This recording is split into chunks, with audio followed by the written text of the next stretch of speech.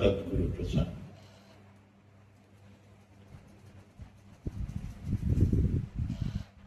कई लोग साकार कृष्ण की पूजा करते हैं, कई लोग निराकार की पूजा करते हैं। तो अर्जुन का सवाल है, कई लोग साकार कृष्ण की पूजा करते हैं, कई लोग निराकार की पूजा करते हैं। तो अर्जुन का सवाल है, उन दोनों में श्रेष्ठ भक्त कौन है? तो भगवान उनको ये नहीं बोलते कि निराकार के भक्त बहुत श्रेष्ठ हैं, साकार वाले नहीं हैं। भगवान उनको बोलता है, मुझे सभी प्यारे हैं।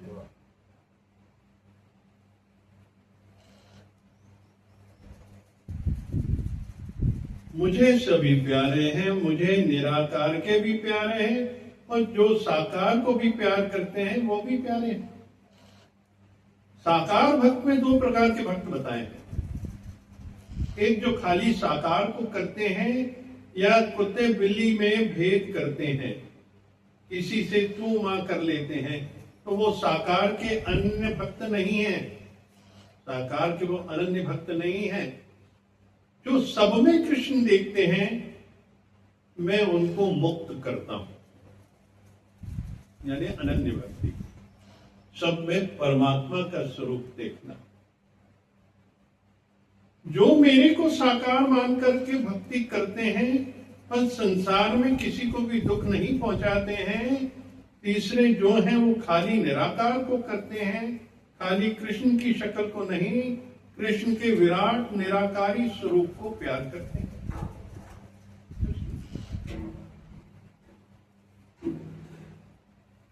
साकार भक्त में दो प्रकार के भक्त बताए हैं।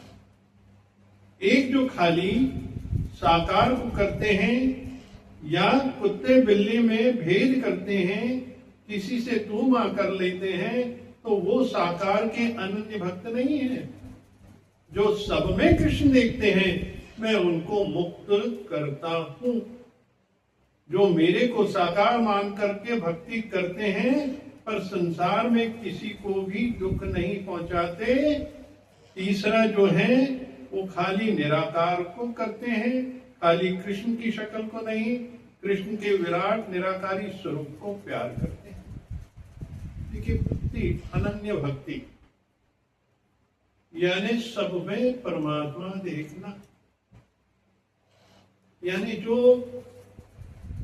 मुझे मेरी भक्ति करते हैं, कृष्ण की करते हैं और संसार में किसी को दुख नहीं पहुंचाते, मैं उनको मुक्त करता हूं, मैं उनको मुक्त करता हूं, मैं उनको मुक्त करता हूं। यानी सब में कृष्ण को देखते हैं, कृष्ण को देखते हैं और संसार में भी सबको कृष्ण देखते हैं।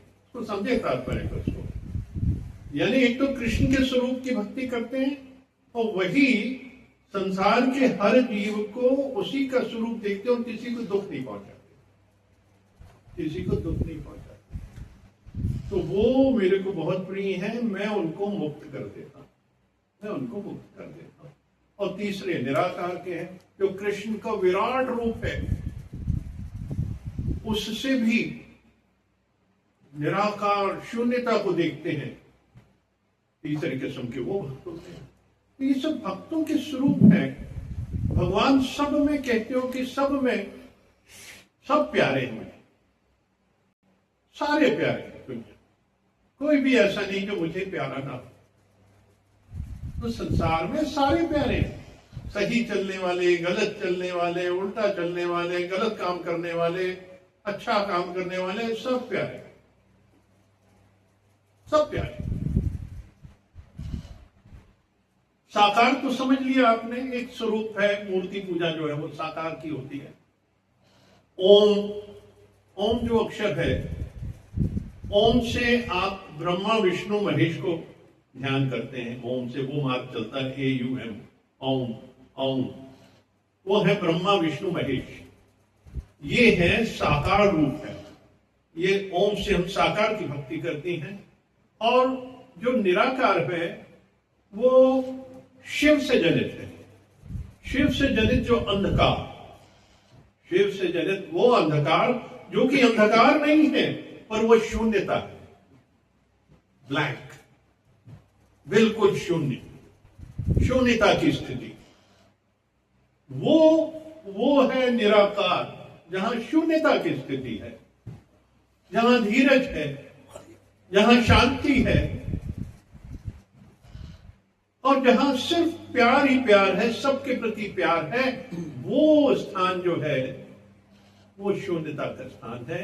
और वो स्थान हर इच्छा के बाद का जो गैप है, वो गैप जो है पोलर स्टेट, पोलर स्टेट, वो जगह जो है वो आत्मा की है, परमात्मा की है, निराकार की है। ये इच्छा पैदा हुई जीव में, यहां आके उसकी पूर्ण हो गई और फिर एक गैप आ गया। वो तेरा असल रूप है, वो निराकार का रूप है, और फिर यहां से दूसरी इच्छा। इसमें कोई सुख नहीं मिलता कि मुझे कुछ मिल गया तो सुख आ गया मेरे पास। दरअसल कोई चीज आप प्राप्त कर लेते हैं तो उसके बाद आपके अंदर का जो असल रूप है वो जागृत हो जाता है, क्योंकि अभी मन भाग रहा था उस चीज के पीछे, इंद्रियां तड़प रही थी उस चीज के पीछे। इंद्रियां मन मिलके जब इसको उठा के इधर रख लेती हैं, चाहे पैसा हो, चाहे संपत्ति हो, चाहे धन हो, चाहे और बहुत सी चीजें जिनमें आपकी नजर जाती है, आप उठा लेना चाहते हैं उसको, वो जैसे यहां आ गया तो फिर आप अपने स्वरूप में आ गए। मैंने बड़ा घर प्राप्त कर लिया, मेरा अच्छा परिवार हो गया, मेरी बहुत बड़ी संपत्ति हो गई, दूसरों से बहुत बड़ी कंपेयर करते हैं हम अपना, मेरे पास 100 करोड़, 200 करोड़, 500, 800 करोड़ हो जाए। तुम इसी हालत में इच्छाओं को खत्म कर दो तो तुम्हारी आनंद की स्थिति और पोलर स्टेट की स्थिति आएगी, और मौन हो जाओगे। जब शरीर से मौन हो गया, इंद्रियों से मौन हो गया, मन से मौन हो गया, तो पोलर स्टेट बढ़ जाएगी। तो मौन हो गया ना, तो वो जो पोलर स्टेट है, जो आनंद की स्थिति है, जिसे लखानी जी कहते हैं, कैसे बढ़ाएंगे उसको? इच्छाएं खत्म करो ना, लालच खत्म करो ना, ये सब चीजें खत्म करो, विकार से जनित जितनी भी चीजें हैं सब खत्म कर दो, पोलर स्टेट बढ़ जाएगी, वो आनंद की स्थिति होगी। बिना फकीरी में भी आनंद में रहेगा। और अगर भी इच्छाएं प्रबल है तो वो फिर कभी वो आ ही नहीं सकता, चाहे बहुत धन हो जाए, बहुत संपत्तियां हो जाए, और यह बिल्कुल ना हो। अगर वो बना हुआ है तो वो आ ही नहीं सकती पोलर स्टेट। तुम्हारे आनंद की स्थिति, तुम्हारे अपने स्वरूप की स्थिति, जो हर एक का अपना स्वरूप है, उसके ऊपर ये ध्रुवाच्छादन हो जाता है, सब चीजें छुप जाती हैं उसके अंदर, तेरा असल रूप छुप जाता है। माया माया माया माया माया माया करते रहते तो छुप जाएगा ना रूप। माया अपना प्रबल रूप दिखाएगी, बहुत छलनी है, बहुत ठगनी है। इसीलिए कहते हैं ये जो हरिओम सत्संग है, ये आध्यात्मिक सत्संग है, यहां ज्ञान की खेती होती है और ज्ञान का ही लेन देन होता है, बिना किसी कॉस्ट के, बिना किसी कीमत के। यहां माया का वर्चस्व नहीं है, न माया का कोई लेन देन है और न ही करना है, वरना आध्यात्म चला जाएगा तुम्हारे से। अगर तुम आध्यात्म को और ज्ञान को लेने आए हो तो माया को छोड़ के आओ, माया का भाव रख के आओगे, कभी ज्ञान नहीं लगेगा।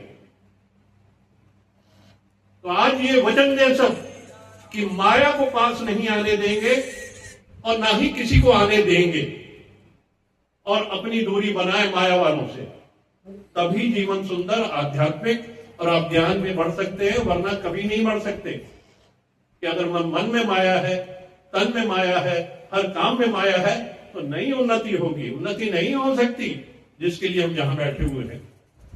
तो अपने आप को बचाओ, ज्ञान से बचाओ, उस समय विवेक का उपयोग करो। कभी ऐसी स्थिति आए तो हमको विवेक का उपयोग करना चाहिए, और विवेक से न्याय संगत करते हुए बात खत्म करनी चाहिए। अपना रास्ता ज्ञान का है, ये मंदिर ज्ञान का है, यहां सिर्फ ज्ञान चर्चा है। बस पर्सनल लाइफ का कोई मतलब नहीं, यहां सिर्फ ज्ञान में वृद्धि करो, पर्सनल लाइफ अपने आप अच्छी हो जाएगी। हम ज्ञान में चले सबसे पहले, क्योंकि देखिए बहुत सारी स्थितियां होती हैं जिसे हमको, ये संसार है सारा, संसार में रहते हुए संसारी भावनाओं को समझते हुए ज्ञान की वृद्धि करनी है। कि उन भावनाओं पे भी ठेस ना पहुंचे, हमको अपना मार्ग बदल लेना चाहिए। उसके बाद इसलिए हमको अपने सत्संग को डिटॉक्स भी करना है। यहां की बिल्कुल क्लीन चाहिए, जो भाव से आना चाहे वो आए। अब किसी को कोई मैसेज नहीं जाएगा कि आप सत्संग आइए।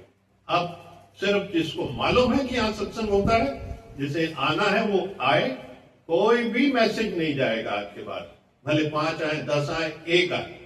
अब किसी को मालूम है किस दिन क्या होता है, हर आदमी अपने आप सक्षम है, किसी को जोड़ेंगे नहीं उस काम के लिए, स्वयं आइए आप, बिल्कुल नो मैसेजिंग ना। यही ज्ञान है, बाकी सब नकली है। जागृत तो तुम्हारे अंदर है ही है ना, तुम्हें एक बार आदत पड़ जाएगी तो फिर बार बार उसको हिलाने की जरूरत नहीं पड़ेगी। इसलिए आदत डालो कि मेरे को इस मार्ग पे चलना है, मेरे लिए क्या उत्तम है, अगर ये उत्तम है तो जरूर आइए, मोस्ट वेलकम है। अगर आपका कुछ इससे उत्थान होता है जरूर आइए, आप रोज बैठिए, प्रश्न करिए, हम उसका उत्तर निकालेंगे, हम आपस में चर्चा करके उसका रास्ता ढूंढेंगे। क्योंकि जितना हम ज्ञान में चलेंगे उतना पूरी कायनात पीछे चलेगी, उसको मांगना नहीं पड़ेगा। भगवान कृष्ण, अर्जुन, मेरे पास जब कृष्ण है तो मुझे कृष्ण की सेना की क्या जरूरत है, मैं तो वैसे ही जीत गया, मैं तो वैसे ही जीत गया हूं। जिसके पास परमात्मा है, जिसके पास ज्ञान है, वो तो वैसे ही जीत गया। कैसे कल वाणी चली, कैसे ज्ञानी लोग कभी भी उस जगह का खाना नहीं खाते जहां माया हो, माया वाली जगह वो नहीं खाएंगे, अपने हाथ से बना के भोजन ग्रहण कर लेंगे। क्योंकि माया भी हाथों से जब ग्रहण किया जाता है तो माया प्रवेश करती है। जहां लालच भरा है, लोभ भरा हुआ है, जहां भोग ही भोग भरे हुए हैं, उन घरों में भी गुरु लोग नहीं आके टिकते। जहां भोग शांत है, जहां पे उन्नति है, आध्यात्म है, क्योंकि वो भी प्रभाव डालती है वो सारी स्थितियां। हम समझे ज्ञान को अर्थ क्या है, कैसे उसके ऊपर प्रभाव पड़ते हैं, जीवों में किस तरीके संसार का प्रभाव पड़ता है उसके ऊपर। हमको अपने आप को बचाना है, क्योंकि जितना हम व्यवहार में जाते हैं, जितना बाहर जाते हैं, बाह्यमुखी होते हैं, वो सब हमारे अंदर प्रवेश कर जाता है। क्योंकि कहीं तो वो पड़ा हुआ जागृत हो जाता है वो हमारे अंदर। हमारी भावना भी तड़प के, इंद्रियां जो तड़पा देती है हमको उसको पाने के लिए, इंद्रियों को शांत रखना, उनको काम दे देना परमात्मा का, हर समय उसका सिमरन करना है, उसका ध्यान करना है। बस यही एक मार्ग है कि हम उस रास्ते पे चल के निराकार को, उससे परमात्मा से मिल के एक हो सकते हैं। मुक्ति तभी है जब हम इन सबको नियमों को अपनाएंगे। पंचशील का सिद्धांत है ये सारा।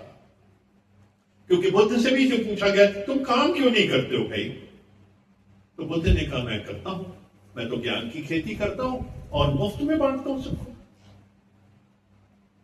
ज्ञान जो मुफ्त में मिल रहा है, करोड़ों का, अरबों का है, तुम असेस अपने हिसाब से करो उसकी वैल्यू। जितना तुम जागृत होगे उतनी उसकी वैल्यू। हमारा मार्ग सही होना चाहिए, गुरु के वचनों को मानना चाहिए, गुरु के वचनों पे चलना चाहिए, उसको समझना चाहिए उसका अर्थ क्या है। क्योंकि गुरु स्वयं बोलते हैं उसका अर्थ समझने में। क्योंकि गुरु ने कभी भी माया से जनित क्वेश्चन के ऊपर, सवाल के ऊपर कभी भी तवज्जो नहीं दी है कि घर की समस्याएं लेकर गुरु के पास पहुंच जाओ। क्योंकि वो हल नहीं करता, हल तुम्हें स्वयं करनी है। तुम्हें वो बताएगा मार्ग इसका कि तुम इस मार्ग पे चलोगे ये सब हल हो जाएगा। तुम कहो मुझे हल किया हुआ मिल जाए तो मैं मार्ग पे चलूं, नहीं घर बैठे मेरे को सब कुछ मिल जाए, कैसे मिलेगा? नहीं मिल सकता। तुम्हें मार्ग अपनाना पड़ेगा गुरु का, उनके वचनों पे चलना पड़ेगा। तपस्या भी जरूरी है, और कर्तव्य पथ पे चलोगे और तपस्या भी करोगे, जीवन में वो सब कुछ मिलेगा जो कभी सोचा भी नहीं था, वो भी चला आएगा तेरे पीछे। फिर भाग्य की रेखाएं बनती है, प्रारब्ध बनती है, सब चीजें बनती है। समय तो लगता है। देखिए, प्यार का पहला खत लिखने में वक्त तो लगता है, नए परिंदे को उड़ने में वक्त तो लगता है, जिस्म तक नहीं रूह तक जाना है, लंबी दूरी तय करने में वक्त तो लगता है, वक्त तो लगता है, हर चीज में वक्त लगता है। हो सकता है इस जन्म में नहीं छुटकारा होगा, तो रोना नहीं है, कोशिश करते रहना है, भिड़े रहना है। इस जन्म में छुटकारा नहीं होगा। अगर हम छुटकारा सोचते रहेंगे तो कभी नहीं होगा। और अगर हम ध्यान से परमात्मा में जुड़ जाएंगे, अपना काम जो है पंचशील के सिद्धांत से करेंगे, तो इसी जन्म में, इसी घंटे में, इसी सेकंड में, इसी वक्त मुक्त हो जाएंगे। ये नियम है संपूर्ण समर्पण, निराकार को संपूर्ण गुरु को समर्पण। तुम्हारा गुरु ही निराकार है। जब तक समर्पित नहीं होगा, कृपा नहीं आ सकती, क्योंकि कुछ जब तक दोगे नहीं तुम पा नहीं सकते। तुम समर्पण ही दे दो, मन निकाल के दे दो, आनी शुरू हो जाएगी कृपा कि अब तू जाने, तेरा काम जाने। मैंने तो ये रख दिया अपना मन, अपने सारे पाप मैंने रख दिए तेरे सामने। अब नई दिशा शुरू हो जाएगी, हर चीज आने लगी। अपने पाप निकाल के रखो, जो मालूम है सिर्फ उसको, हर जीव को अपने पाप मालूम है, वो सब यहां निकाल के रखो।